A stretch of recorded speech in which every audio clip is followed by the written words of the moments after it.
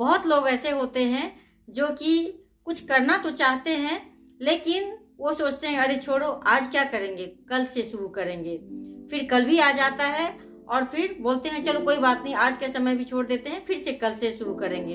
और इस तरह से होते होते पूरा समय निकल जाता है और वो कुछ नहीं कर पाते हैं।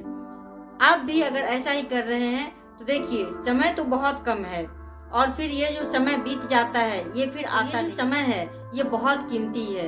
एक बार अगर आपके हाथ से निकल गया तो फिर समझिए कि आप इसे पकड़ नहीं पाएंगे।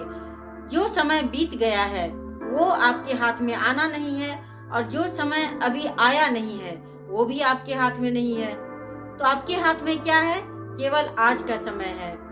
अगर आप कुछ करना चाहते हैं, आपको लगता है कि आपको एक्सरसाइज करनी है या फिर ब्रह्मचर्य को अपनाना है या फिर जीवन में आगे बढ़ना है या फिर कुछ सीखना है, जो कुछ भी आप करना चाहते हैं उसे आप आज से शुरू कीजिए।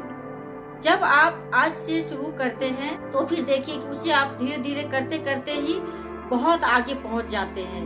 लेकिन जब आप उस कार्य को टालते रहेंगे, कभी आप उसकी शुरुआत ही नहीं करेंगे, तो फिर वो जो काम है वो आगे कैसे बढ़ सकता है।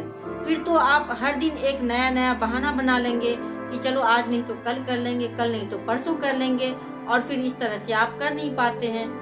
जो लोग केवल आज की वैल्यू को समझते हैं, आज में जीते हैं, वही लोग कुछ कर पाते हैं। चीजें आप आज करेंगे वही आपका फ्यूचर बनना है। तो आप फ्यूचर का क्यों इंतजार कर रहे हैं? आप जो कर रहे हैं वही तो आपका फ्यूचर बनना है। क्यों ना आप अच्छी अच्छी चीजों को आज से ही करना शुरू कर दें। अगर आपको साधना भी करनी है तो आज से ही शुरुआत कीजिए। कई लोग ये भी सोचते हैं कि चलो मेरा उम्र 50 साल 60 साल हो जाएगा, 70 साल हो जाएगा, मैं ये कर लूं वो कर लूं तब मैं साधना शुरू करूंगा। लेकिन ऐसा होता नहीं है। जीवन में बहुत सारी चीजें ऐसे ही लगी रहती है जो कि कभी खत्म ही नहीं होना है। जीवन तो खत्म हो जाता है लेकिन हमारी जो जिम्मेदारी है वो कभी खत्म नहीं होती है। इसीलिए जो कुछ करना है वो आज से शुरू कीजिए, काम करते रहिए, साधना भी आपका चलता रहे। आपको जो है आपका ज्ञान कभी भी भगोड़ा नहीं बनाता है, बल्कि वो बोलता है कि संसार में रहते हुए ही अपनी जिम्मेदारियों को पूरी करते हुए भी आप भक्ति कर सकते हैं, आप साधना कर सकते हैं।